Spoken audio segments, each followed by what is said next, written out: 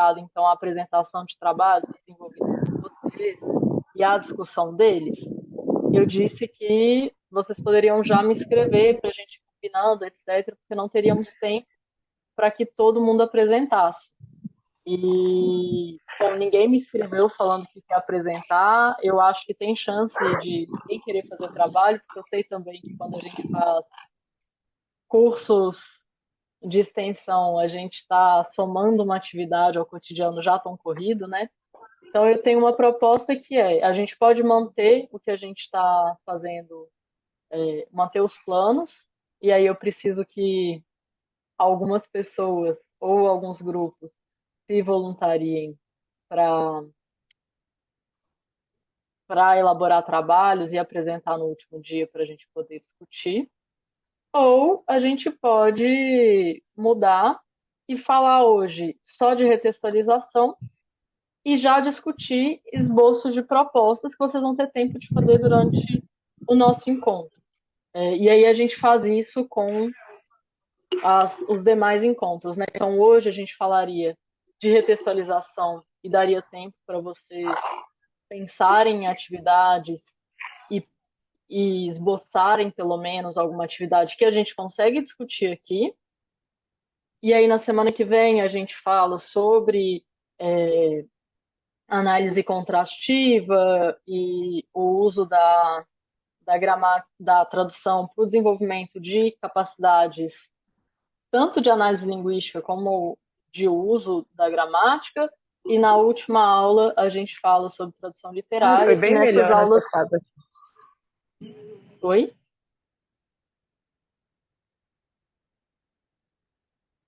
Bom, e nessas aulas todas a gente já consegue pelo menos esboçar em grupo algumas atividades e já discuti-las.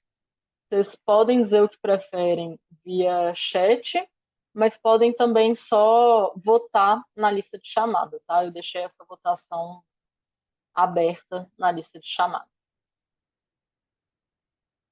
Ai, gente, fui olhar o chat e aí passei todos os slides. Peço desculpa. Eu vou repetir essa informação daqui a pouquinho. A gente começa, então, como eu disse, às 10h10. Vou repetir o link da lista de presença.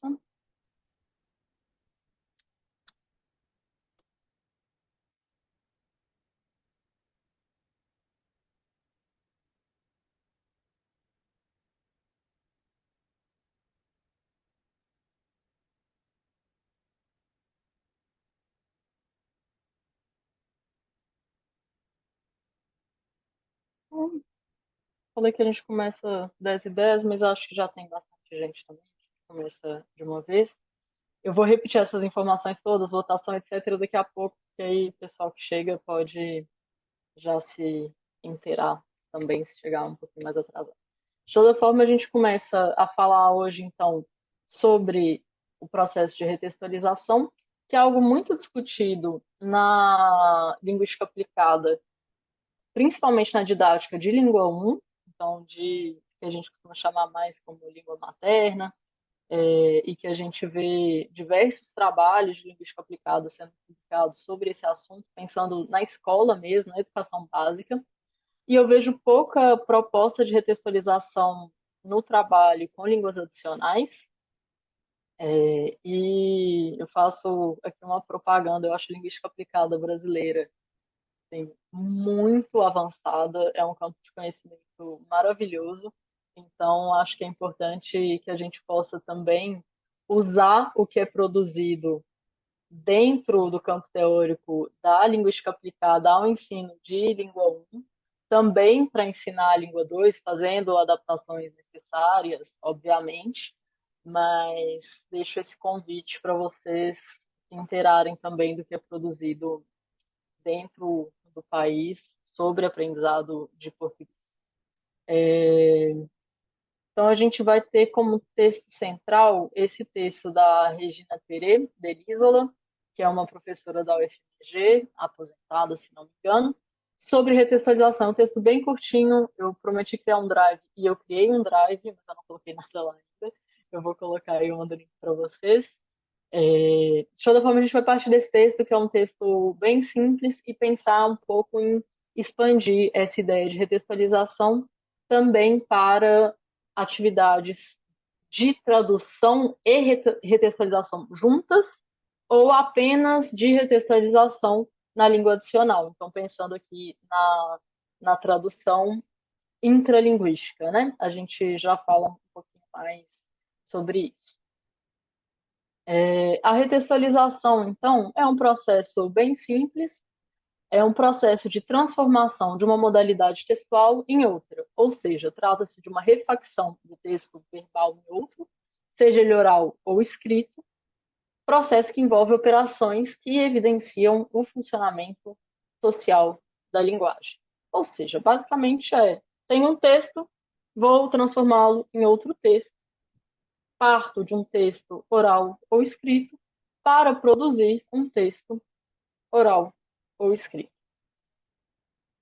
Esse é um processo que a gente faz o tempo inteiro, né? A gente está falando aqui de retextualização com finalidades pedagógicas, mas é um processo que faz parte do uso social da língua. Se eu vi um filme e vou comentar com a Luísa, que é uma amiga minha, que o filme é ótimo, eu vou fazer uma retextualização. Eu estou transformando um texto multimodal, né, que eu assisti, em um texto oral de uma conversa espontânea. Mas se eu faço isso dentro da construção de um curso, por exemplo, que a gente vai dar sobre cinema e língua francesa, isso já sai da conversa espontânea, embora continue sendo um texto oral. Se eu preciso fazer um resumo desse filme por outro motivo, eu posso estar retextualizando para um resumo oral ou escrito. Eu posso gostar de anotar os filmes que eu vejo, eu adoraria fazer isso, mas não tenho tempo, não é uma coisa que eu faço, mas tem várias pessoas que fazem, e isso é também uma prática de retextualização, né? Então eu assisti uma coisa, compreendi essa coisa, evoco características desse filme e a partir desse filme eu elaboro um resumo. E se eu estou fazendo um resumo no meu diário para que eu me lembre dos filmes que eu assisti, ele vai ser produzido de uma forma. Se eu escrevo esse resumo porque era uma professora não deu uma aula e aí no lugar da aula mandou assistir o filme para provar que vocês assistiram, vocês precisam fazer o resumo. Esse resumo vai ter outras características, enfim. É uma atividade que a gente faz o tempo inteiro. Em níveis até ainda mais simples e corriqueiros que isso. Eu estou discutindo com a pessoa com quem eu moro sobre o que precisa ser comprado para casa. E dessa conversa resulta uma lista de compras, isso também é um processo de retextualização, né? Então, processo de retextualização, eles existem o tempo inteiro, a gente retextualiza o tempo todo, né? Anotação de aula, etc, etc, etc. Eu estou trazendo o processo de retextualização aqui, entendendo que concepções amplas de tradução podem abarcar a retextualização como também um processo de tradução. Então, por isso que a retextualização está aqui dentro do curso de tradução e ensino-aprendizagem de línguas adicionais. Porque se a gente pega concepções amplas de tradução, a retextualização pode ser uma tradução intralinguística. Mesmo que a gente não tenha uma concepção assim tão ampla da retextualização em si, certamente a definição inicial de retextualização dentro de propostas didático-pedagógicas de ensino de língua materna na escola básica não é ampla assim, tá? A definição de retextualização no contexto em que ela surge é uma definição de transformação de um texto em outro texto dentro de uma mesma língua que no uso escolar vai ser sempre de L1 para L1, de língua materna para língua materna. Tá? E eu estou ampliando esse conceito, não sou a primeira pessoa a fazer isso, e ampliando também o conceito de tradução também, sou a primeira pessoa a fazer isso de forma adulta. João, quer comentar alguma coisa? Uma perguntinha. Qual seria, assim, um limite entre a retextualização e eu digo de um texto escrito, né? E um uma possível indicação de plágio? A indicação de autoria e a relação com o texto de partida. Se eu copio sem indicar a autoria, isso é plágio. Mas a retextualização não é um processo de cópia. Ela pode ser um processo de citação, por exemplo, mas não necessariamente. Por exemplo, se aqui eu estou citando a Regina Pérez e outras pessoas, né? Eu pego, inclusive, o Kuski, etc. Se eu copio isso daqui, que faz parte do texto da Regina Pérez que eu estou citando, e eu não falo que é o texto dela, isso é um plágio.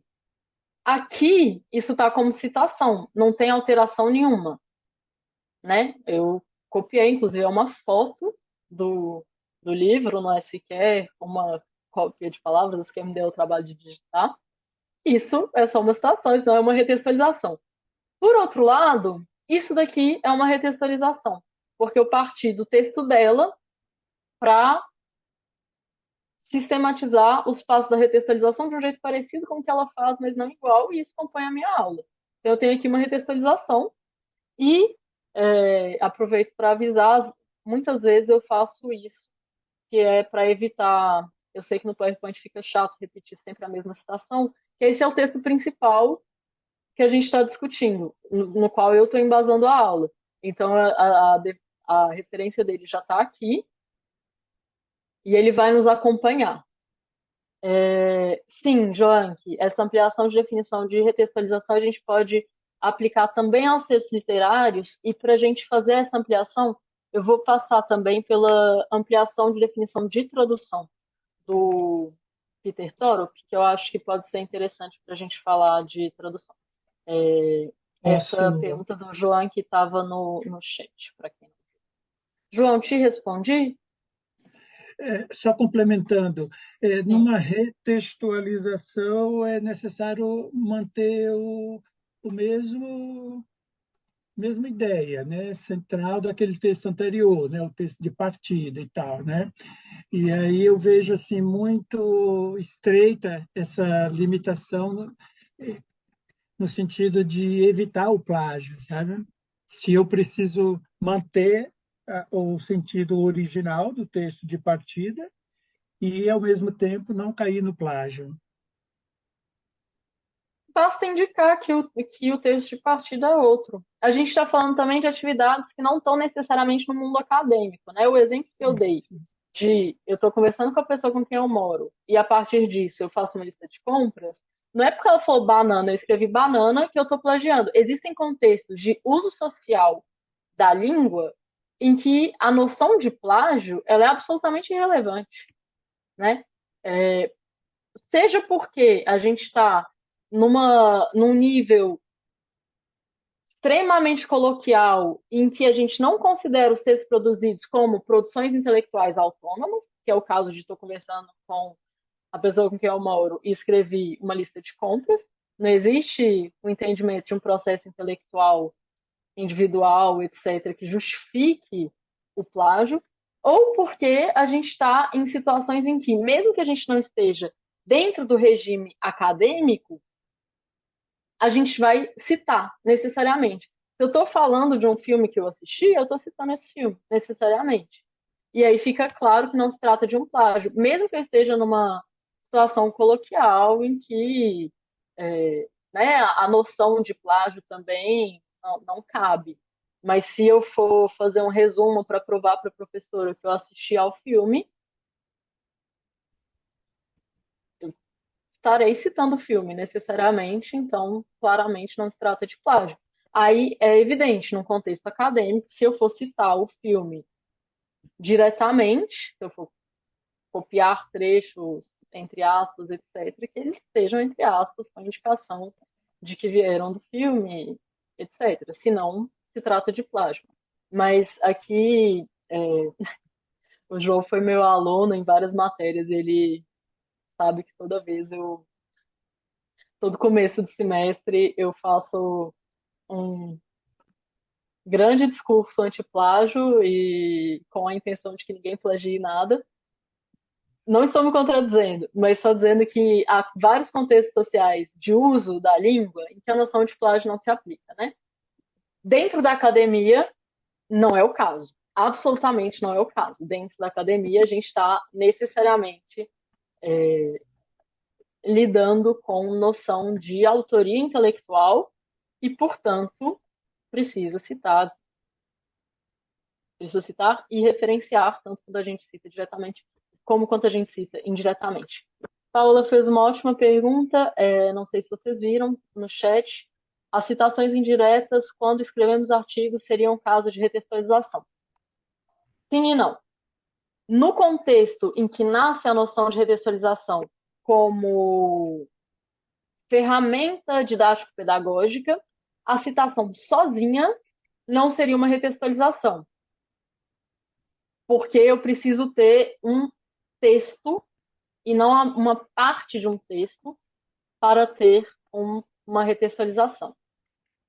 Mas, na noção ampliada que eu proponho aqui, sim, as citações indiretas podem ser entendidas como casos de retextualização.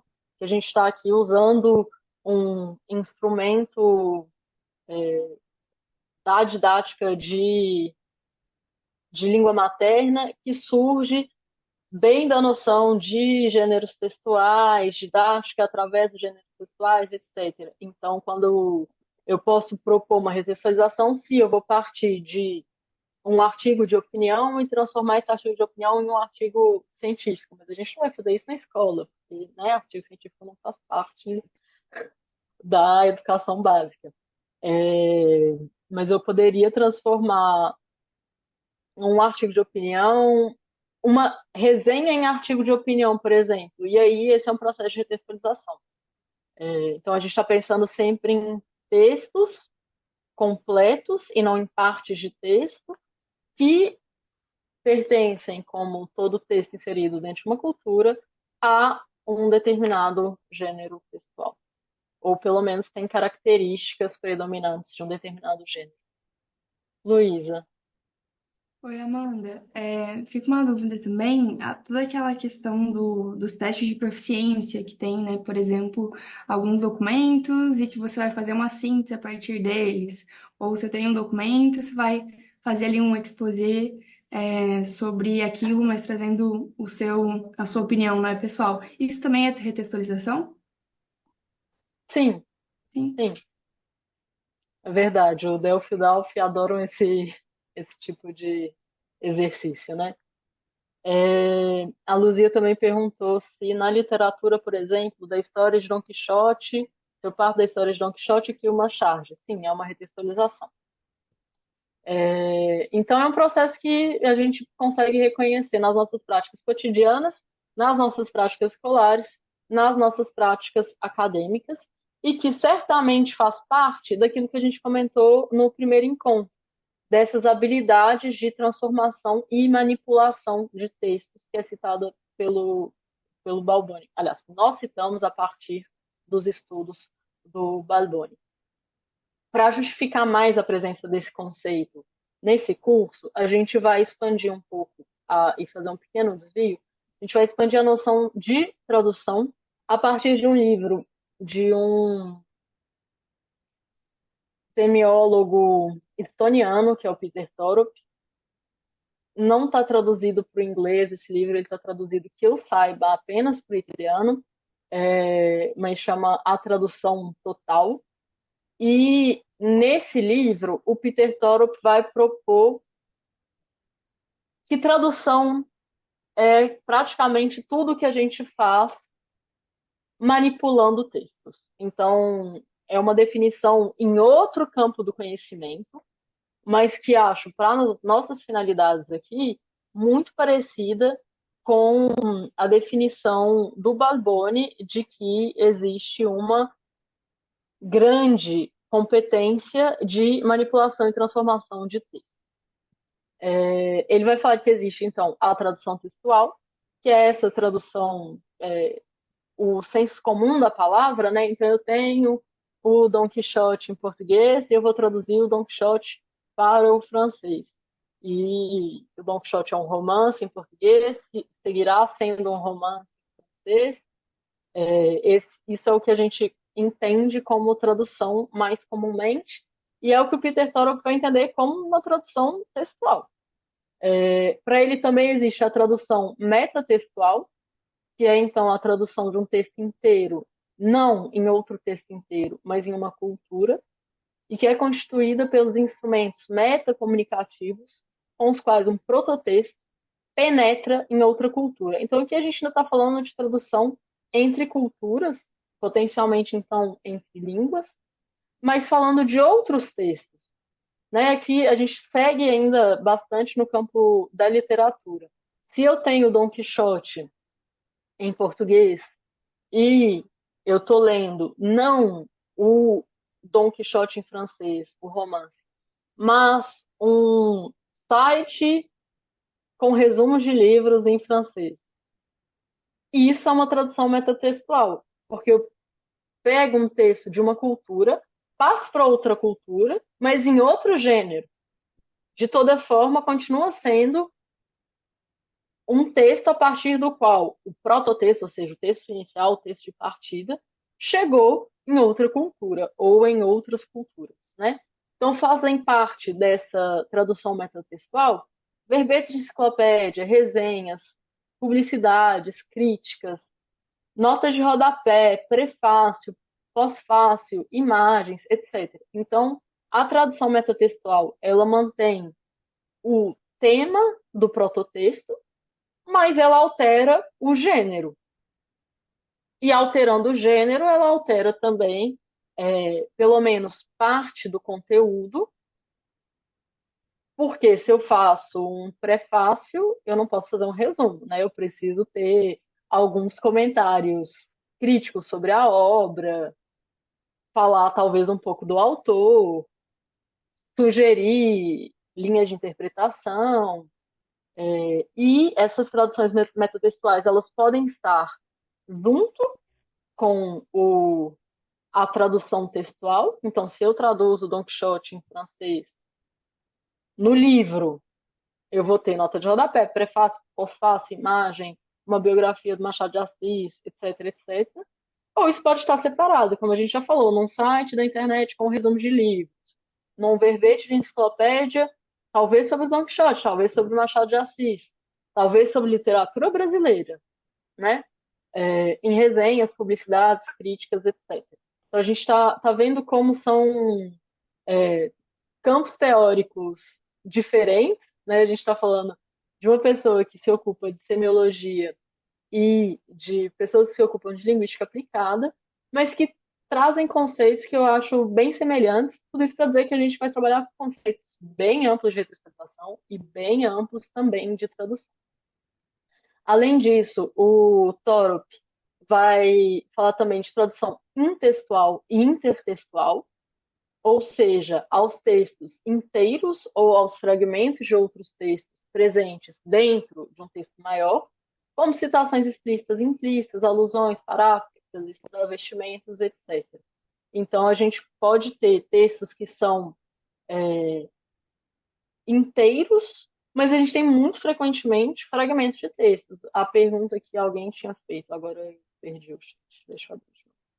A pergunta que a Paula tinha feito sobre citações indiretas serem casos de retextualização, no conceito ampliado de retextualização que a gente está usando, sim, e no conceito ampliado de tradução total do Peter Torok, seria um caso de tradução intertextual.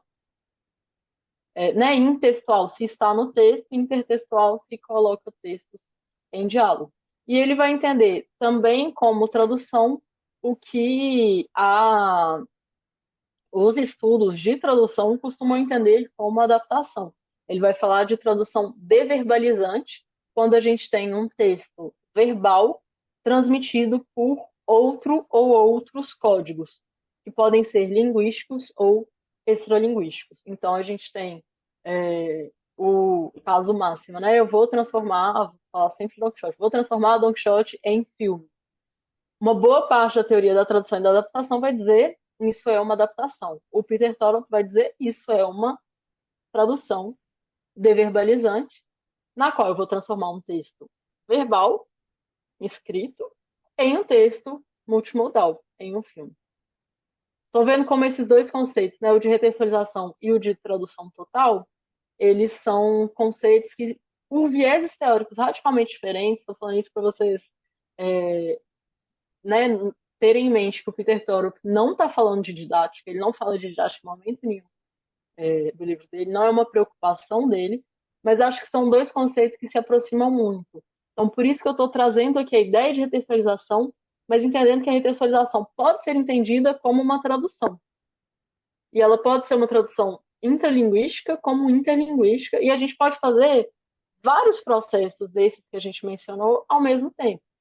Se eu tenho eu li um romance em italiano, ótimo, e eu quero sugerir a leitura desse romance para os meus amigos brasileiros que não falam italiano, eu vou estar ao mesmo tempo traduzindo interlinguisticamente e retextualizando. Né? Eu vou estar passando coisas às quais eu tive acesso em italiano para o português e vou estar mudando radicalmente o gênero também. E talvez a modalidade, se eu fizer esse comentário oralmente.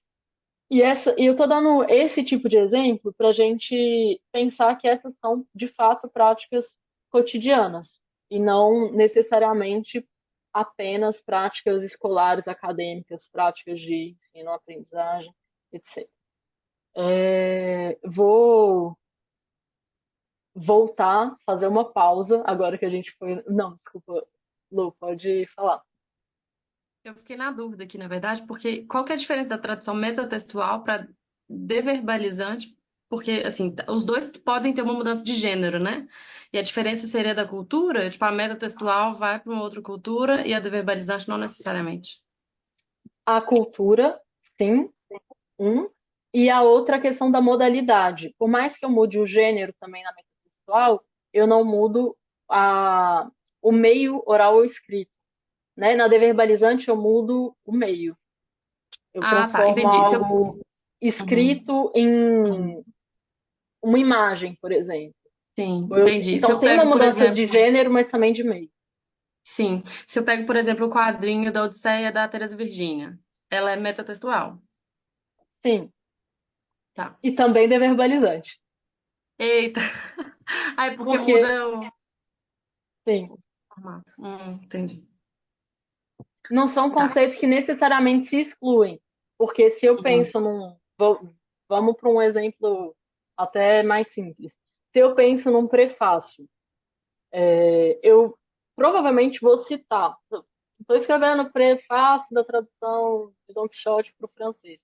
Eu provavelmente vou citar algum trecho do romance. Então tem aí uma tradução textual do romance, mas em parte faz parte da minha tradução metatextual. Não são conceitos mutuamente excludentes. Às vezes eles se sobrepõem. Consegui te responder? Sim. Sim? Beleza. Então vou voltar aqui. Não sei como está o preenchimento da lista de presença. Vou voltar mais. Como eu avisei no começo, estou repetindo agora porque chegou mais gente. A ideia do curso era encontro conceitos teóricos gerais e evolução histórica da tradução ao longo dos métodos e abordagens de didática de L2. Encontro 2, falar de retextualização e de gramática contrastiva. Encontro 3, falar de tradução de literatura. E encontro 4, discutir trabalho. E aí, como já disse, por enquanto ninguém se manifestou, trabalhos seriam voluntários e, obviamente, não necessários para a conclusão e recebimento de certificado, etc. Como ninguém se manifestou, pensei que talvez a gente possa fazer uma parte prática ao final de cada encontro e, então, passar a ter um tema só por dia. Então, hoje, a gente fala só de retextualização, e aí vocês se reúnem em grupos, pensam em esboços, que a gente não vai ter tempo de desenvolver, mas que a gente consegue comentar a partir dos esboços.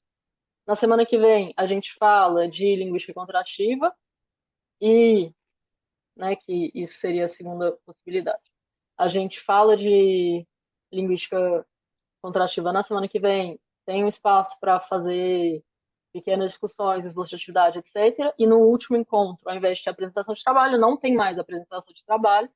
A gente fala de literatura, de tradução de literatura, tem espaço em grupos, etc., fazem esboço de trabalho, e aí a gente consegue acompanhar todo encontro teórico com uma atividade prática, que vocês vão ter tempo de fazer aqui, então não precisa somar mais uma tarefa no cotidiano corrido.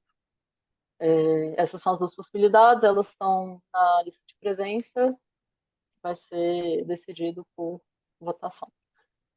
Eu vou dar uma olhada, vou interromper um momento o compartilhamento de tela para eu dar uma olhada em como está indo a votação. Porque ninguém falou nada do que prefere no chat, então eu não tenho ideia de como isso está andando.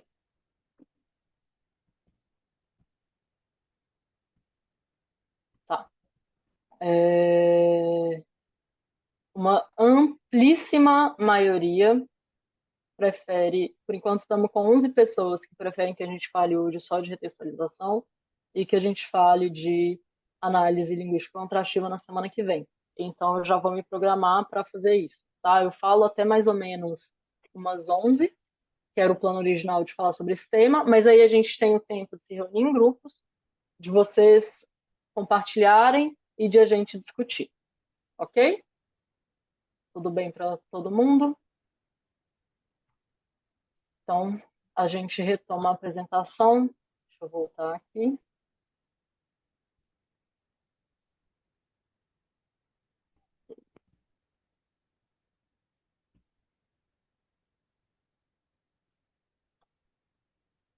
Então, a gente falou da ideia de redesalização e da ideia de tradução total do Peter Toro, e a gente volta, então, a acompanhar um pouco o texto da Regina Perret, para dizer que a retextualização ela tem uma ampla gama de possibilidades, né? Ela pode ser da escrita para escrita, da fala para fala, da fala para escrita, da escrita para fala, e eu acrescento, não é algo que está no texto dele, não é algo que está em muitos dos textos que começaram a discutir a retextualização, porque eles nasceram no contexto de educação intralinguística, mas eu acrescento que, num conceito ampliado, a retextualização pode ser intralinguística ou interlinguística. Ou seja, eu posso fazer isso na língua que é objeto de estudo ou de uma língua para outra. Né? Eu não estou falando aqui da gente fazer retextualizações em língua materna nas aulas de língua adicional, mas a gente pode fazer elas só na língua adicional ou da língua materna para adicional, da adicional para materna, dependendo de adicional para adicional. Né? Ontem eu dei uma atividade de tradução para os meus alunos de italiano 1 e eu tenho uma aluna que é venezuelana, então que tem espanhol como língua 1, mora no Brasil há muitos anos. Mas para ela foi uma atividade de tradução de língua adicional para língua adicional. Às vezes é uma coisa também que a gente não controla. E a língua 1 dela apareceu no meio também, porque ela conseguiu traduzir algumas coisas para o espanhol, e aí com a ajuda da colega para o português. Mas a princípio a gente está pensando aqui em pares linguísticos, evidentemente. Em contextos específicos, a gente pode pensar em mais línguas do que um par. Se a gente precisa formar também intérpretes de mais de um par de idiomas, enfim, em contextos mais específicos, a gente pode pensar em variedades maiores também de línguas com as quais trabalhar. Aqui a gente sai do que a gente está discutindo para ir para o Marcuski, que é outro teórico de linguística aplicada, entre outros, brasileiro, maravilhoso, recomendo que vocês conheçam o trabalho dele, para a gente entender que quando estamos falando de fala e escrita, a gente não está falando de polos necessariamente opostos, né? A fala e a escrita podem ser a forma como se manifestam os textos, mas existem textos orais que são fortemente ligados com a cultura escrita e que a própria concepção deles é escrita, enquanto a manifestação é oral. Se eu penso em um seminário acadêmico, quase todo mundo que eu conheço, eu inclusive, escreve o texto antes de apresentar. Quer dizer que a concepção do texto é uma concepção de texto escrito, ainda que ele seja depois oralizado, ele seja veiculado oralmente, né? Então a gente não tem uma dicotomia absurda entre fala e escrita. O Marcuse organiza isso no que eu acho que é um trabalho maravilhoso. A gente sabe que nem sempre as pessoas da letra são as melhores pessoas de produção de gráficos, imagens, didatização gráfica, mas eu acho maravilhoso esse gráfico do Marcuse, porque ele coloca a fala na extrema esquerda, então o que a gente tem como concepção e como veiculação oral, e a escrita na extrema direita com o que a gente tem de concepção e veiculação escrita, mas consegue colocar uma série de outros elementos no meio para mostrar que existe um contínuo entre fala e escrita, que não é uma relação dicotômica oposta em que as duas modalidades são radicalmente diferentes, mas há textos mais orais e textos mais escritos. Então, falei de polo esquerda e direita, mas para ler isso também é importante falar de parte de cima e parte de baixo. Na parte de baixo, a gente tem tudo que é veiculado oralmente. Então, se a gente vai olhar as exposições acadêmicas abaixo dessa linha do meio, a gente tem a exposição, a conferência e os discursos oficiais, que são veiculados oralmente, mas tem uma concepção escrita, por isso está tão ali à direita. Se a gente olha a parte à esquerda, acima, a gente tem as cartas pessoais, os bilhetes, os outdoors, as inscrições em paredes, os avisos, etc. São comunicações que se veiculam, estão na parte superior do gráfico, então elas se veiculam por escrito, mas elas têm uma concepção próxima da oralidade, né? E aí, se eu olho extremamente à esquerda, embaixo eu tenho o que é de concepção oral e veiculação oral. Conversas. Públicas, telefônicas, espontâneas, áudio no zap, etc. Se eu olho à direita em cima, o que é de concepção escrita e veiculação escrita. Textos acadêmicos, artigos científicos, leis, documentos oficiais, relatórios técnicos, pareceres em processo, etc. E no meio disso, uma série de coisas, né? Que não vou ficar detalhando, mas recomendo. Esse é para mim, esse é o maior trabalho gráfico jamais produzido pela linguística brasileira. É excelente esse gráfico do Marcos. Então, volta a ele só para a gente lembrar que quando a gente está falando que a retextualização pode ser da fala para a escrita, da escrita para a fala, a gente está falando principalmente da forma de veiculação. E aí, assim, o gênero textual escolhido vai me dizer se esse é um texto que eu preciso, que é um texto oral, que eu vou precisar planejar por escrito antes ou não, etc. variados, né? Então, voltando.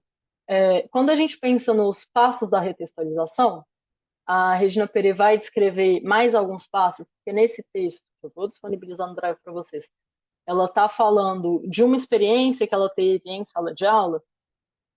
Os passos fundamentais únicos são dois. Eu preciso compreender um texto, eu até coloquei um entre parênteses, então eu preciso compreender texto, oral ou escrito, e eu preciso depois produzir texto, oral ou escrito.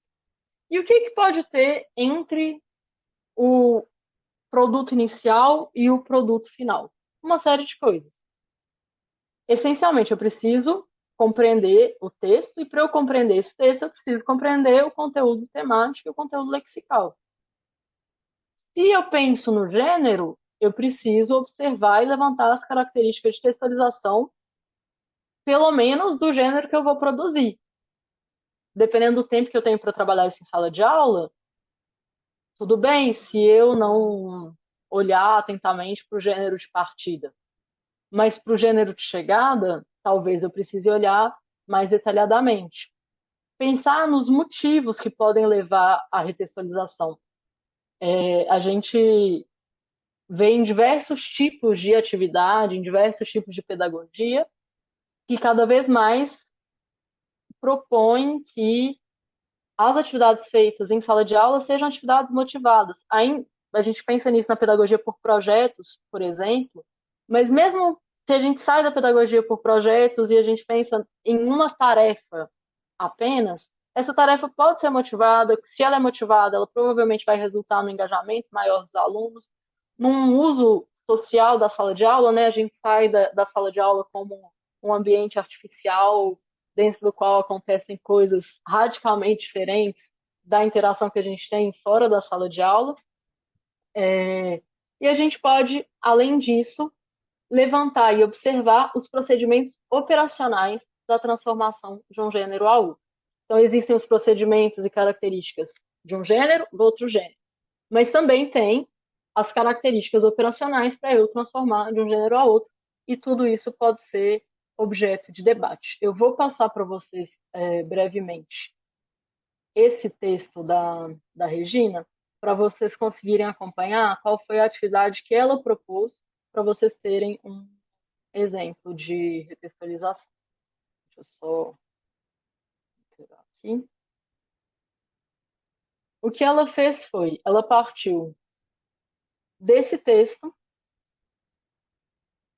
que é um texto de revista, saiu na Veja em 2000, chamado Revolucione a Sala de Aula. É um artigo de opinião. E o que ela fez? Ela fez duas retextualizações, praticamente. Ela sugeriu duas retextualizações, né? Então, leu o texto, entendeu o texto, etc. E foi o primeiro passo. Então, leitura, compreensão. Um texto que ela escolheu com base no interesse da turma, na atualidade ou na qualidade, né? A gente também não escolhe materiais que a gente leva para a sala de aula à toa. Às vezes o motivo é o que está no livro didático e eu preciso trabalhar o livro. Tudo bem, mas ainda assim é um motivo. Depois a gente compreende o texto e ela fez um debate. Então, na experiência que ela relata, ela teve uma primeira retextualização, que foi uma retextualização espontânea, né? Não foi uma retextualização planejada. Nós vamos fazer um debate, preparem-se para isso. Mas ela fez o momento de reflexão posterior. Por quê? Os alunos partiram, então, de um texto escrito e realizaram um debate oral. Depois desse debate, houve o levantamento dos procedimentos operacionais da transformação do escrito para o oral. Ou seja, ela discutiu com os alunos, ok, o que aconteceu aqui? O que foi usado além do que estava no texto de partida? Né? E aí percebeu, por exemplo, que prevaleceram termos como eu acho, eu penso que, concordo, discordo, marcadores conversacionais, modalizadores, além de elementos interacionais orais, deíticos gestuais, hesitações, palavras truncadas, prosódia, repetição, redundância, etc, etc, etc. Mudança nos tempos verbais, reorganização argumentativa, enfim, uma série de processos que aconteceram ali. E o que a Regina fez foi, depois disso tudo, pensar em novas possibilidades de retextualização. Então, ela não deu um gênero objeto para os alunos todos transformarem aquele texto de partida nesse gênero produto final. Ela pediu que os alunos escolhessem outros gêneros para produzir, e aí eles fizeram várias coisas, algumas das quais ela mostra. Fizeram, por exemplo, uma propaganda, né? Aprender assim parece negócio da China, mas não é.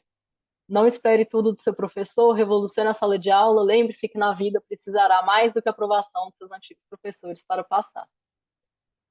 Esse é um exemplo que eu acho maravilhoso de retextualização, porque ele mostra como as alterações na estrutura do texto são profundíssimas, né? São muito profundas. Ainda assim, conserva o tema, que era revolucionar a sala de aula e dar mais autonomia para alunos, ou que alunos sozinhos ganhem mais autonomia. De forma bem resumida, talvez muito mais persuasiva, que é uma característica da publicidade. Houve também um aluno que transformou o artigo de opinião em uma entrevista, então teve que criar todas as perguntas, teve que acrescentar uma série de informações, né? Fez então uma biografia do autor do texto de opinião que virou entrevistado, realizou uma série de procedimentos operacionais que transformaram de novo o texto de partida em outro gênero. Evidentemente, quando a gente está falando desse tipo de exercício aqui, esse é um exercício que é maravilhoso para a sala de aula, mas tem dificuldades de socialização no mundo acadêmico, porque sim, aqui a gente falaria que se trata de plágio, com certeza. Então eu vou interromper esse texto. Eu vou colocar ele no Moodle, no Drive hoje mesmo eu mando para vocês. Esse texto é muito curtinho, mas eu acho que ele dá indicações muito boas para a gente pensar na sala de aula, mesmo na sala de aula de línguas adicionais. Então, volto aqui para o nosso PowerPoint para retomar uma parte do texto da Regina que eu copiei mesmo. Então, a gente vê que os alunos dela, eu não mandei o drive para vocês, eu vou mandar. É só que eu prometi no primeiro encontro que faria uma pasta no drive com os textos que a gente está discutindo e com outros. Aí eu criei essa pasta hoje de manhã, coloquei uns 2 textos e deu a hora do nosso encontro. Então, quando terminar aqui, eu mando para vocês, tá? Todo mundo, imagino, que está aqui, recebeu o link, então recebeu o e-mail. Então, vai receber o link que eu vou mandar daqui a pouco. Então, entre as decisões que os alunos da Regina tomaram, existe. Desculpa, antes disso, pode falar, João. Eu queria comentar, numa retextualização, caberia assim, impressões pessoais de quem está trabalhando com essa retextualização, ou isso já extrapolaria a questão da retextualização? A retextualização, ela pensa sempre num produto final que seja um gênero discursivo que funcione na sociedade. Então, se eu tenho um gênero do qual faz parte a reflexão pessoal, eu posso ter essa reflexão pessoal. Nos casos que a gente viu, uma publicidade, uma entrevista com o autor do artigo de opinião, a gente não tem tanto espaço para a reflexão pessoal. Mas a reflexão ela vai estar na sala de aula, né? Não é porque o produto, dentro do produto que eu estou elaborando, não cabe a reflexão, que eu não posso fazê-la. É, inclusive, desejável que haja, sim, um momento, ou mais de um momento, de reflexão. Anterior à tarefa e ou posterior à tarefa, eu coloquei... vai passar um gato aqui na frente. Eu coloquei no slide anterior essas várias etapas aqui, sem ser no início nem no final, porque elas podem fazer parte tanto da concepção da atividade, então eu posso refletir sobre o que será feito, como elas podem fazer parte da análise do produto final. Eu posso refletir sobre o que foi feito. E eu posso fazer as duas coisas. E eu posso fazer etapas intermediárias de reflexão. Então, existem várias possibilidades. Só para complementar, então a retextualização não caberia num processo assim de tradução literária, tipo assim, eu vou traduzir um texto lá do italiano para o português. Eu não posso, de repente, colocar ali impressões minhas, né? Mas se você Ou seria faz notas do possível? tradutor, Certo, certo. aí seria possível. Mas sim, a gente está pensando sempre em gêneros discursivos ancorados em sociedades. Então, a gente está pensando nos usos sociais da linguagem. Pode caber a reflexão em alguns gêneros, em outros não, mas na sala de aula por favor, que ela esteja presente, né? Então, a gente percebe que na atividade que a Regina fez, em que ela deixou, portanto, que os estudantes escolhessem o que eles iam produzir, eles partiram de propósitos diferentes para escolher gêneros diferentes. Então, se eu quero desabafar, eu faço um diário ou um blog. Se eu quero dar uma opinião a respeito do que eu li, eu vou fazer outro artigo de opinião. E aqui a gente percebe como a gente está muito, né, em noções muito próximas de campos teóricos diferentes, a gente pensa na tradução expandida ou na retextualização. Se eu quero apresentar sugestões para a diretoria da escola para gerir mudanças fundamentadas nas ideias defendidas pelo autor do texto de partida, eu vou fazer uma carta pessoal formal. Se eu quero divulgar ideias, eu posso fazer uma campanha publicitária. Se eu quero segmentar as ideias do autor para fazer com que ele fale mais a respeito do tema, ou para dar mais informações sobre quem foi esse autor, se eu quero dar a possibilidade de uma leitura mais contextualizada, eu faço uma entrevista. Então, isso nos mostra que a retextualização ela pode ser uma atividade fortemente motivada. E acho que todo mundo sabe que quando a gente tem alunos motivados, até os professores ficam mais motivados, né? Além da atividade, o aprendizado fluir melhor, o tempo passado ser mais agradável, a gente conseguir trabalhar com mais profundidade, etc, etc, todo mundo fica mais feliz. Isso não deve ser irrelevante para a sala de aula. Então, aqui, resumindo um pouco, o que a Regina vai dizer é que, quando o aluno é levado a retextualizar de um gênero para outro, ele é conduzido a pensar sobre a linguagem do gênero de partida e do gênero retextualizado. Então, ele precisa considerar aspectos circunstanciais do gênero, sua ação social, que é uma palavra fundamental aqui, e as características básicas que o tipificam. Então, levando em consideração todo o conhecimento a respeito do gênero, que na retextualização o aluno vai adotar uma série de convenções necessárias para manter, com um mínimo de fidelidade, características identitárias do gênero escolhido. Além disso, ao refazer o texto de um formato linguístico para outro formato, a preocupação é a manutenção do conteúdo, o que leva o aluno a guardar alguma equivalência de sentido entre os textos. E aqui eu reforço que, para os nossos interesses, que é pensar que a didática de línguas adicionais, essa manutenção do conteúdo é fundamental, porque a gente pode fazer uma série de trabalhos com o vocabulário, com equivalências entre uma língua e outra, ou dentro de uma própria língua, com sinônimos, paráfrases, etc. Porque, pelo menos minimamente, a gente precisa manter o conteúdo. Né? A gente tem...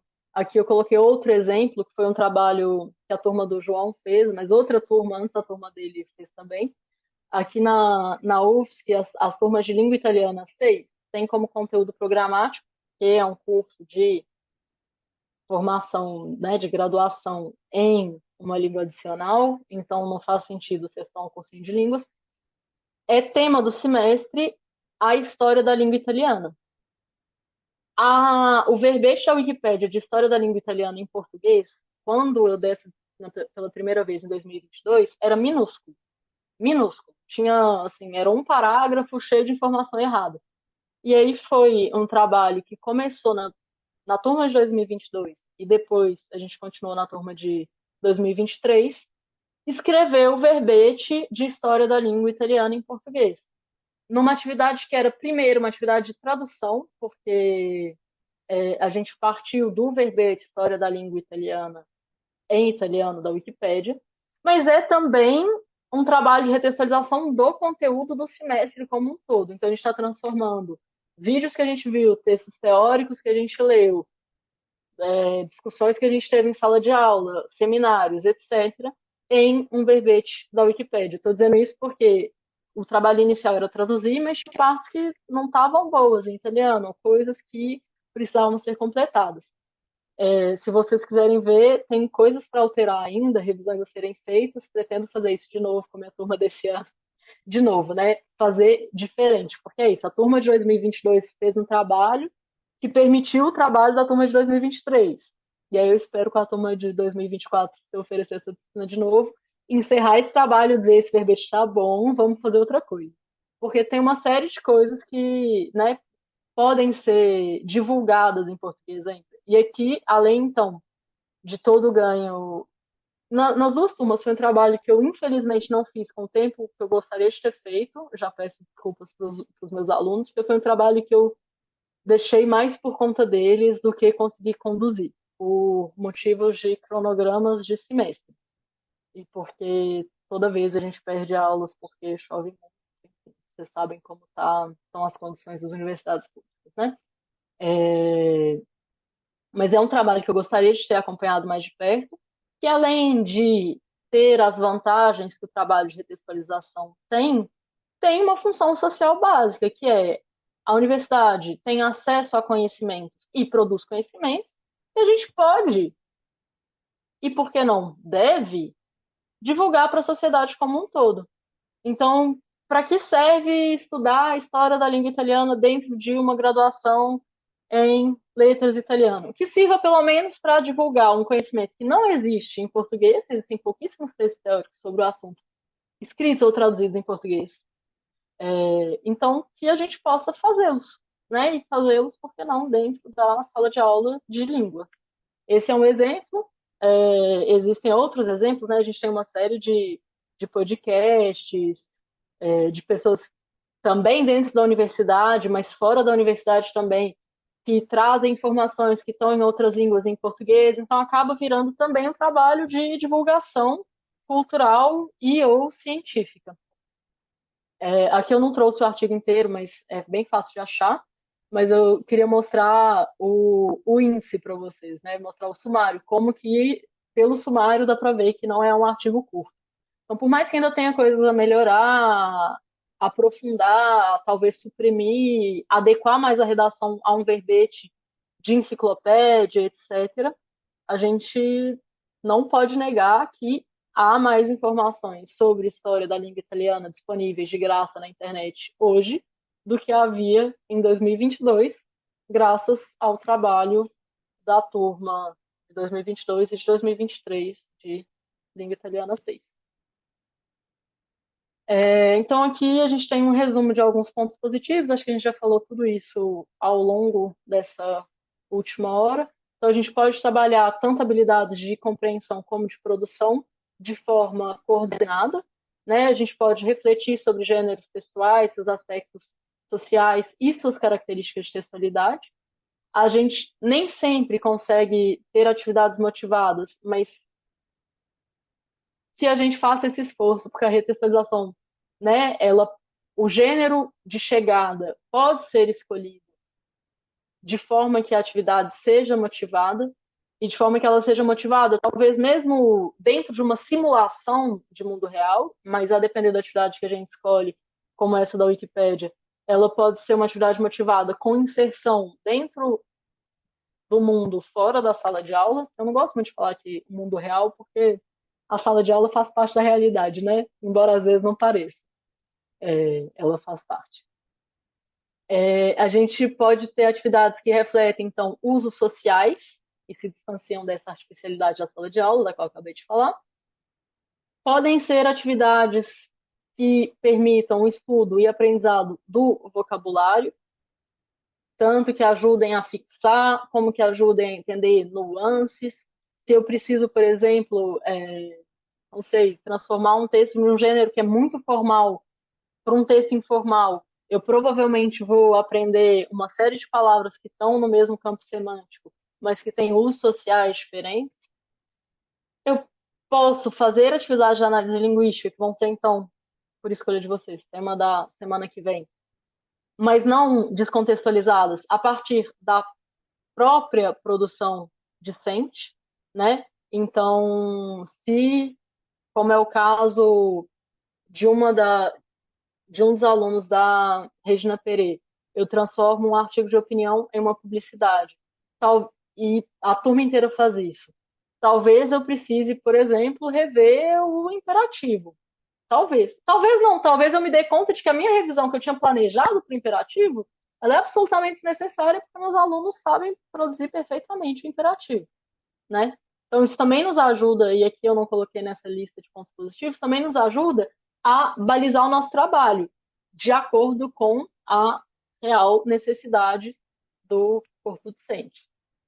Ela pode estar associada a aprendizados não exclusivamente linguísticos, né? Então, a gente pode estar discutindo aspectos interculturais, por exemplo, ou um conteúdo extremamente curricular e acadêmico, como foi o caso de História da Língua Italiana. Esse é um conteúdo curricular acadêmico que a gente leu em livros de especialistas no assunto e produziu algo a partir daí que eu espero tenha ajudado também a fixar, entender, etc., aquele aprendizado que não era um aprendizado de capacidades linguísticas, mas a respeito da história da língua italiana. Além disso, e esse eu acho que é um ponto fundamental, não estou dizendo que a criatividade não deve estar presente em sala de aula, nem que as atividades mais criativas não sejam bem-vindas. Mas o trabalho com a retextualização permite que a gente consiga trabalhar com a produção de texto de uma forma mais distanciada das ideias de que para produzir texto eu preciso de inspiração, eu preciso de um gênio criador. A gente já tem um texto de partida que a gente quer manter no plano do conteúdo. Isso me permite simplificar muito o esforço criativo que eu preciso fazer para retextualizar. A criatividade, de toda forma, né, por mais que o plano do conteúdo tivesse dado, a gente não pode dizer que não há criatividade no trabalho que a gente viu em que a aluna transformou o artigo de opinião em uma publicidade. A gente não pode dizer que não há criatividade na transformação do artigo de opinião em uma entrevista. É lógico que há criatividade em todas essas atividades, mas existe um peso menor da ideia de que você precisa criar do nada, né? Então isso faz com que a gente possa também simplificar um pouco o esforço, a ideia por trás da produção de texto e talvez consiga também gerar um engajamento maior, porque é muito mais fácil se comprometer com uma atividade que você sente que você não precisa inventar nada do que com uma que você precisa necessariamente inventar muitas coisas, falar de si, ter uma relação muito pessoal com aquilo, enfim. É isso. Então, a gente tem até mais que 15 minutos. Acho que a gente pode fazer 20 minutos. Eu vou, e aí eu peço um pouco a compreensão de vocês, porque eu vou manualmente direcionar vocês para salas separadas de 5 pessoas, a partir das línguas com as quais vocês trabalham, que vocês preencheram na lista de presença. Então, quem não preencheu a lista de presença, por favor, preencha. Não é para elaborar uma atividade completa, mas por favor, pensem num público-alvo, a partir da definição desse público-alvo. Então, são pessoas de que idade, estão em qual nível de língua, tem um objetivo específico, não tem, estão vendo alguma coisa específica ao longo do semestre ou não. Pensem no objetivo para a atividade de retextualização, então vocês querem basicamente o quê? Pode ser, estou preparando meus alunos para fazer o DALF, então eu preciso trabalhar com os gêneros específicos que o DALF pede. Ou vamos fazer como atividade do semestre, que foi uma coisa que a minha colega, a professora Graziele Frangiotti, fez aqui. A gente vai fazer como atividade do semestre traduzir músicas que concorreram ao Festival de Sanremo, que é um festival importante de música na Itália. Não precisa necessariamente ser um objetivo, como a gente costuma ver, trabalhar o imperativo, tá? Pode ser um objetivo mais macro, pode ser micro também, escolha de vocês. Escolha um texto de partida, ou um grupo de textos de partida, como esse, músicas do Festival de Sanremo. E aqui eu vou pedir para vocês escolherem um gênero para o texto de chegada, porque acho que a gente vai conseguir discutir melhor se vocês já escolherem do que se a gente pensar que os alunos podem escolher, tá? E aí, a partir disso, vocês reflitam sobre possíveis efeitos da atividade. Então, quais aprendizados podem se iniciar ou se consolidar com ela? O que eu vou precisar trabalhar paralelamente para que essa tarefa seja completada com sucesso? Quais dificuldades podem aparecer? Quais facilidades? Etc. E aí, por favor, tomem nota, porque às vezes a gente conversa com colegas e esquece completamente, tá? Então, eu vou interromper o compartilhamento de Oi, Amanda, tudo bom? Oi. Não deu, foi muito curtinho o tempo para a gente conseguir se organizar. Eu sei que o tempo foi curto, mas quero saber o que vocês conseguiram pensar em conjunto, quem quiser compartilhar. Certo. Chegaram a escolher um texto de partida, alguma coisa? Deixa eu só, antes da gente abrir o debate, vou pedir desculpa para o pessoal que eu coloquei todo mundo num grupão. Eu não sabia que eu não conseguia criar mais salas depois que eu já tinha criado uma certa quantidade. Então eu precisava ter criado mais uma, não consegui criar outras, e aí coloquei as pessoas que eu conheço mais na sala maior, que muitos Certo. foram meus alunos.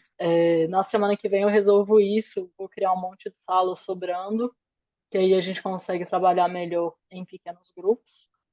E vou tentar deixar mais tempo também para vocês conversarem na semana que vem. Bom que vocês estão vendo a cara, né, de todo mundo. Eu não sei a cara de todas as pessoas. Então, deixo a palavra para vocês compartilharem o que vocês conseguiram discutir, pensar junto, propostas, dúvidas, o que vocês quiserem.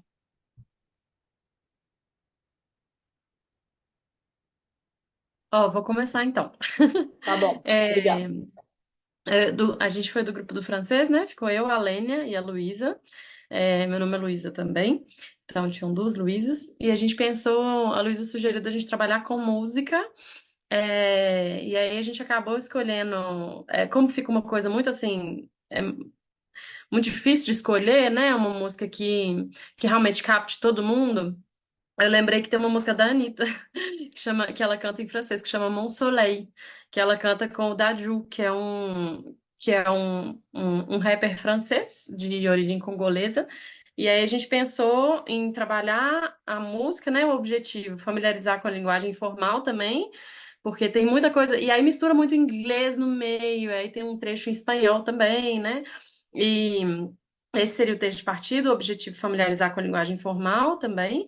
E o público, a partir de B1, adolescentes, mais ou menos, ou pessoas também um pouco mais a partir de uma certa idade, né? Assim. E gênero de chegada, que a gente pensou para retextualização, seria mensagem no WhatsApp, legenda de foto para Instagram, ou então uma carta, porque é uma mensagem que é meio Mon Soleil, tipo, let's go, Mon Soleil. É tipo, vamos pra frente, pensar na vida, pensar nas coisas boas e tal, bem motivacional. E a facilidade que a gente pensou, que é uma linguagem com a qual os jovens já têm contato, e a dificuldade, a Lênia talvez me ajude aqui, que eu fiquei pensando. Ah, dificuldade, e que a gente também tem que trabalhar antes, pela dificuldade também, presença de termos em inglês e noções de abreviação, o verlan, por exemplo, que é do francês, né, que é a inversão das sílabas, né, uma linguagem de periferia, né, que a gente teria que trabalhar antes, e talvez até uma questão de migração também, porque ele é de origem congolesa. E aí a gente pensou nesse trabalho, talvez anterior, com relação a isso mesmo, né? Isso, foi isso. Muito Lênia, legal. quer Eu não acrescentar? conhecia a música. Ah, Não, é isso, foi isso que a gente Hum. discutiu, né? A gente pensou na questão da dificuldade, talvez com a própria língua, né? Porque uma língua, o texto, né? Como a Luísa falou, o Dadju é um franco, né? Congolês, então é uma cultura que geralmente quando a gente estuda francês, a gente estuda a língua padrão, né? Então, abordar essa questão linguística e os termos, né, que aparecem na música é importante. Só para. Era isso, né, Luísa, que a gente discutiu? Obrigada. Muito legal a proposta e muito legal também como isso permite uma abordagem intercultural, né? Não só pensando nas disputas políticas, socioeconômicas da francofonia, mas assim, sem termos em inglês, se é uma música da Anitta, etc., essa discussão pode ir longe, né? A depender do grupo, do que vocês querem trabalhar, enfim, bem legal. Obrigada. Alguém mais quer falar? Bárbara. Bom dia, gente. Eu fiquei no grupo da Júlia e da Fernanda, que nós estamos trabalhando com inglês. Ahn, eu, eu devo dizer que eu já tinha uma certa predisposição, já tinha, semestre passado eu trabalhei com literatura e ensino numa disciplina, então eu peguei uma ideia de lá, assim, né? A gente pensou trabalhando de qualquer público mesmo, mas pensando no ensino médio, a partir de uma certa, né, uns adolescentes, a partir de 14 anos, em que a gente trabalharia a partir do texto clássico do Shakespeare, Romeu e Julieta, que já é um gênero, né, de roteiro, que mesmo sendo uma história conhecida, tem a temática que nunca morre, na verdade, né, de disputa e do indivíduo, etc. Em que a gente, depois de explorar o texto, compreender, tirar dúvidas, etc., eles teriam que criar um formato que eles poderiam optar entre, talvez, um conto ou uma história em quadrinho, em que eles teriam que contar um final diferente. Essa seria a atividade, assim. E aí, a partir disso, a gente exploraria, apresentaria também, tipo, ferramentas de tradução, porque o mais importante é eles produzirem, né? Então, eles poderiam produzir na língua nativa, né? Na língua em português, e fazer a tradução, pelo menos isso que eu vi, assim, ser trabalhado no semestre passado, eles poderiam escolher, eles podiam fazer só, fazer na original, fazer em português e mostrar o texto traduzido, sabe? Mas então era para explorar a criatividade deles, aproximar eles do texto clássico e é isso, produzir um novo texto. Muito legal também. Você pensou em trabalhar com Shakespeare original ou com alguma adaptação, alguma. Eu acho que teria que ser adaptado porque ele é bem rebuscado, né? Tipo, Sim. um pouco mais simplificado, assim. Uhum. Realmente, o Romeu e Julieta tem uns day, né? Não sei, nem sei. Nem cheguei a ler em inglês o original. Um outro trabalho que poderia ser feito paralelamente também é, inclusive, mostrar o texto original, assim, talvez Sim, um trecho curto, lógico, né? Não um texto original inteiro, mas um texto curto do lado da adaptação, para inclusive trazer a atenção para questões, né, de desenvolvimento histórico da língua, etc. Que é uma atividade também de tradução, de certa forma, né? Se a gente pensa em línguas antigas e sua versão contemporânea, já tem um trabalho ali de tradução e pode ter Uhum. reflexão da tradução. Agora, só um Desculpa, comentário. Desculpa, eu pode também falar, queria. Dani. Isso, Desculpa, muito interessante. não, Fala, pensando Dani. no Shakespeare, né, em literatura clássica, eu acho que o texto foi retextualizado várias vezes, né? Muito. Pensar em trabalhar com adolescente é impossível trabalhar com texto lá do século XVII. Por isso Então, não. a gente vai Com trabalhar certeza. com a retextualização mais contemporânea possível, né? Sim, com certeza. Mas é interessante abordar essa questão da linguagem, né, no próprio inglês. Eu tive essa experiência no semestre passado, em que a gente ficou explorando, né, como ensinar a língua não só nos textos básicos e tal, mas eu não vou aqui tomar muito tempo, que tem outros grupos. Só fazer um último comentário, que para esse tipo de trabalho também você pode se valer de uma série de outros metatextos, né, produzidos a partir de Romeu e Julieta, tanto em inglês como em português, como em outras línguas. Eu lembrei de um livro infanto-juvenil da Annelisa Ribeiro, que pode ser um ponto de discussão interessante também, que é o Romieta e Julieu, que ela coloca a, o enredo básico de Romeu e Julieta, mas numa sociedade contemporânea e tecnológica. Eu vou mandar por escrito, porque eu mesma, quando preciso falar o título desse livro, erro. É Romieta e Julieu. E é um infanto juvenil. Então é outra coisa que poderia acompanhar. Ai, que demais, prof. Adorei, já pesquisei aqui. Obrigada pela dica. Nada. Alguém mais quer se manifestar, falar do trabalho feito por Pode grupo? ser, ou se não tiver ninguém na Claro. fila. Bom, a gente fez nós três, embora a língua seja diferente, e aí eu vou partir para a parte que eu confesso que eu já é uma atividade que eu já apliquei, inclusive, em sala de aula. A gente só discutiu de onde partir, que a minha partiu um pouco diferente, que o público-alvo seria, então, um terceiro ano de ensino médio, né? Então, aí aplicado, a língua seria espanhol, então, e eu parto, por isso eu perguntei se a atividade partindo do Don Quixote seria retextualização, né? Eu desenvolvi uma atividade, inclusive, usando vários textos, além do que a gente vai usar aqui como partida, pensando justamente nisso, né? Nessa sequência de materiais apresentados a eles, de adaptações, releituras e etc. e tal, do Don Quixote. Mas a gente escolheu, então, para deixar como texto de partida, o comic, é um comic em espanhol, que foi produzido pela Junta de Andalucia, em comemoração ao quarto centenário. Então, é um resumo bem resumido da história, extremamente resumido, mas possível de se levar à sala de aula, né? E que todos consigam ler, assim, de maneira mais simples e didática, digamos assim. A partir desse comic, então, é uma história em quadrinhos, na verdade, né?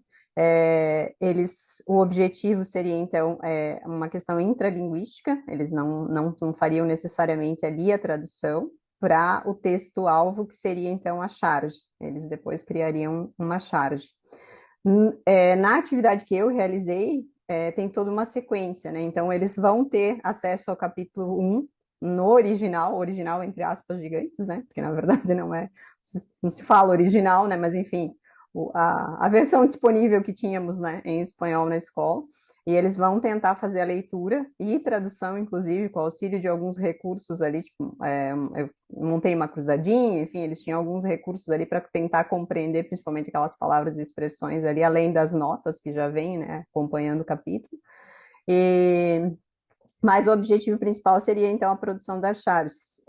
Se eu partisse só do comic, então a gente elencou ali como algumas dificuldades que podiam ser encontradas, seria justamente essa questão de não conseguir transpor as diferenças, né? Como visualmente, e na cabeça deles normalmente funciona assim, né? É uma história em quadrinhos. Não, a charge não é uma história em quadrinhos, né? Não vai contar uma história, né? Então, eu creio que esse é um ponto que ia gerar dificuldade, e eu já comprovei que gerou, mesmo não tendo partido do comic necessariamente na sala de aula, né? Eu usei outros textos também. E então, um dos principais desafios, eu creio que é essa percepção ali das diferenças e conseguir depois transpor para a charge, justamente, os personagens, só que a partir de um tema contemporâneo, que na época eu tinha colocado como redes sociais. Então, eles tinham que transpor, né, essa ideia dos personagens para um mundo que não faz parte do contexto do Don Quixote. E seria isso. Muito legal também. Todo mundo indo para produtos culturais, né?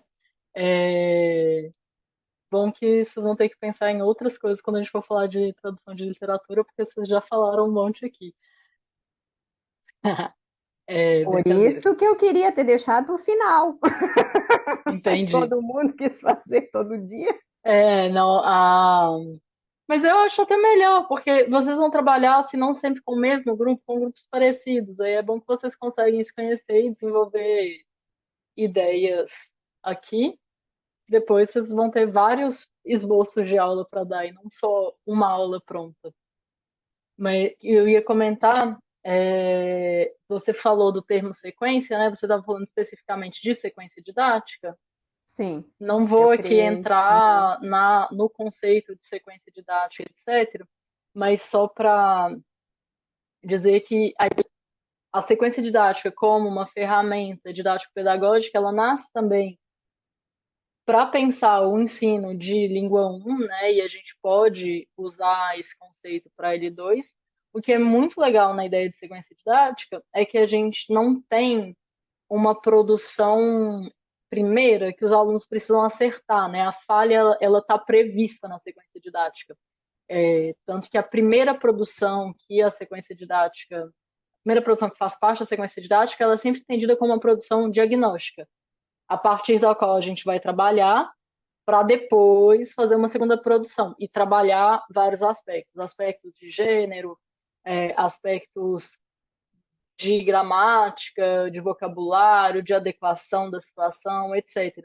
Então é interessante você falar que eles têm dificuldade com o gênero charge e não entendem a diferença entre um quadrinho e uma charge, por exemplo, e tá tudo bem, né? Assim, o trabalho que vai ser feito, se essa dificuldade, por exemplo, é numa primeira produção diagnóstica, então você já sabe que em seguida vai precisar trazer charges para que eles possam comparar com o quadrinho, outros quadrinhos, e fazer atividades mais direcionadas para que eles consigam separar uma coisa da outra. A gente não tem tempo aqui de falar de sequência didática, mas também é um assunto qual tratam vários cursos, né, de quem se forma em licenciatura, mas é uma ferramenta muito interessante também, principalmente para a gente pensar que a produção dos nossos alunos ela é o nosso melhor diagnóstico e, portanto, ela nos fornece o melhor material para a gente pensar em planos de trabalho. Obrigada, Luzia. Alguém mais quer falar? Frank. No seu caso, professora, a gente, bom, não tivemos muito tempo de deliberar realmente, mas algumas ideias ali pipocaram, né? A gente vai tentar, nesse sentido, organizar. O público-alvo seria o EJA, a gente entende que justamente por ser uma faixa, um público que é menos, digamos, beneficiado no sentido geral em todas as áreas, a gente optou por pensar na EJA como nosso público-alvo. A gente está pensando como texto de partida os contos de Quiroga, exatamente um conto que chama Los Caçadores de Rata, justamente porque pensando justamente em essa ideia de quem entra em EJA está atrás de um propósito, uma coisa mais com tudo que tem na vida, mas está tentando conquistar um sonho, alguma coisa assim. Esse conto vai ajudar um pouco a pensar, nossa, compartilhar já o texto aqui, pensar um pouco essa ideia. Então, mais ou menos seria por isso. Nós discutimos ali por cima o texto de o gênero, na verdade, de chegada. A gente pensou em charge, talvez uma carta, e abordaríamos pensando justamente por ser o Quiroga, isso a gente não chegou a conversar ainda, mas por ser o Quiroga, talvez as questões do folclore, que são muito fortes na obra dele, e, claro, evidentemente as questões da língua, que são sumamente importantes, e dentro da língua propriamente dita, pensar talvez na variação linguística. Enfim, essencialmente foram as coisas que deram tempo de a gente conversar por cima. Sim.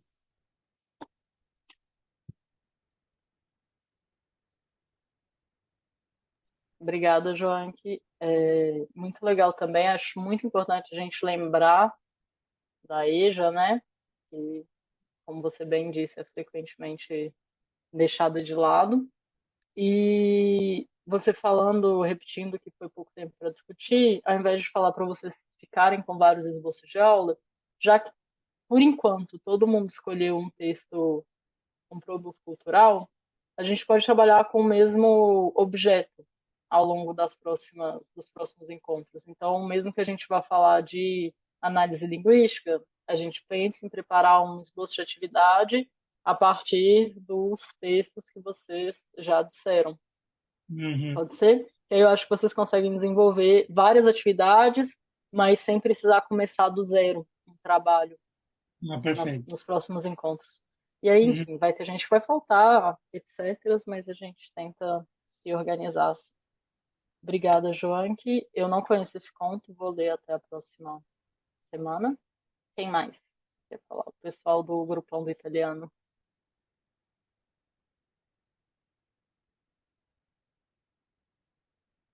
Ninguém?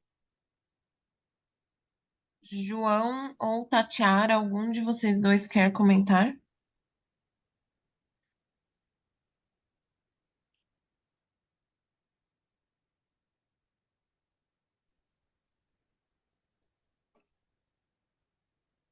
Por mim, fiquem à vontade.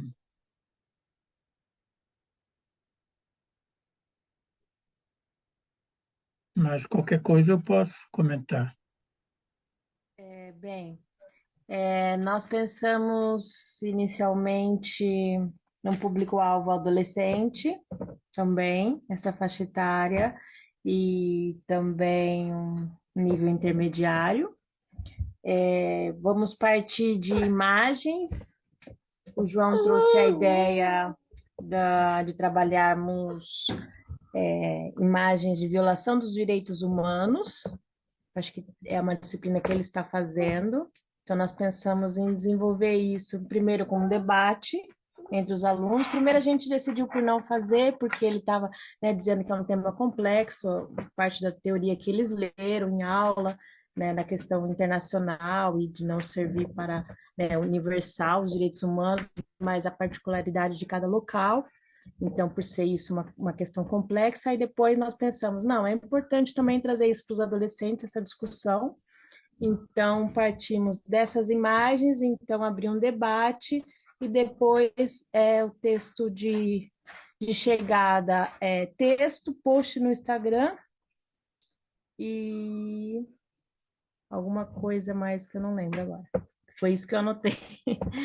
Debate, texto escrito, né? Curto, assim, para pensar esse post, né? E junto com as imagens, ou propor outras imagens, né? Criação de... Complementando dentro dessa coisa da sequência didática, essa produção final desse texto, ela poderia ter vários desdobramentos, né? No segundo momento, o professor, independentemente da língua ser trabalhada, né? Como se for português mesmo, né? Foi produzido o texto em português e o professor pode, no segundo momento, trabalhar o uso da gramática, né? O uso da linguagem, se for uma linguagem coloquial, se for uma linguagem mais formal, né? Se for uma linguagem lá da comunidade dos alunos, ou seja, poderia haver vários desdobramentos, né? A partir dessa produção final, né? Mas é bem isso que a colega falou, né? A partir das imagens ou de manchetes, né, de jornais, a gente trabalharia, fazia essa retextualização, trabalhando primeiro a oralidade, né, através do debate, né, e estimulando, né, o pensar e tal. E no segundo momento seria a produção do texto em si. E aí eu até adianto. Num terceiro momento, quem sabe, até traduzir esse texto, né, para outra língua, ou fazer uma versão para outra língua. Então, ou seja, o produto final pode ser bastante explorado, né? Uhum. Obrigada, Tatiara e João. Muito legal a proposta também, e acho que vocês também já pensaram na primeira dificuldade, né? Já conseguiram prever a primeira dificuldade, que é um tema pesado, então ele precisa ser didatizado, né? Não dá para também a gente achar que é só jogar o mundo dentro da sala de aula e chega, mas também não quer dizer que ele não possa estar presente. A segunda coisa que eu ia comentar, já te passo a palavra de novo, João, que é importante pensar na finalidade também, né? O produto final são posts do Instagram, ok. E são posts do Instagram que tem qual objetivo? São posts de denúncia, são posts que querem comunicar, chamar o público para um debate fora do Instagram, ou que querem divulgar essas manchetes das quais vocês estão partindo, porque eu vou construir esses posts de uma forma bem diferente se eu quero convidar, se eu quero denunciar, ou se eu quero convidar a leitura de um artigo maior, né? Então, isso, se vocês forem desenvolver essa atividade mais para frente, tenham isso em mente também, a questão do objetivo. Você ia falar mais alguma coisa, João? Só contextualizando que esse trabalho se daria a partir de toda uma discussão teórica que houve anteriormente, né, do professor em sala de aula, né? Ele apresentou várias abordagens, né, da questão da violação de direitos humanos, né? Ou seja, seria uma produção mais que reativa, né? em relação ao que já foi anteriormente abordado. Tá ótimo. Obrigada, Jéssica, por enviar de novo a lista de presença. Agradeço a todo mundo. Por mais que a gente tenha tido pouco tempo para as atividades de grupo, fico muito feliz que deu tempo de todos os grupos se manifestarem. E a gente começa essa discussão. Na aula que vem eu tento deixar mais tempo. Ok? Hoje, mais tarde, eu mando o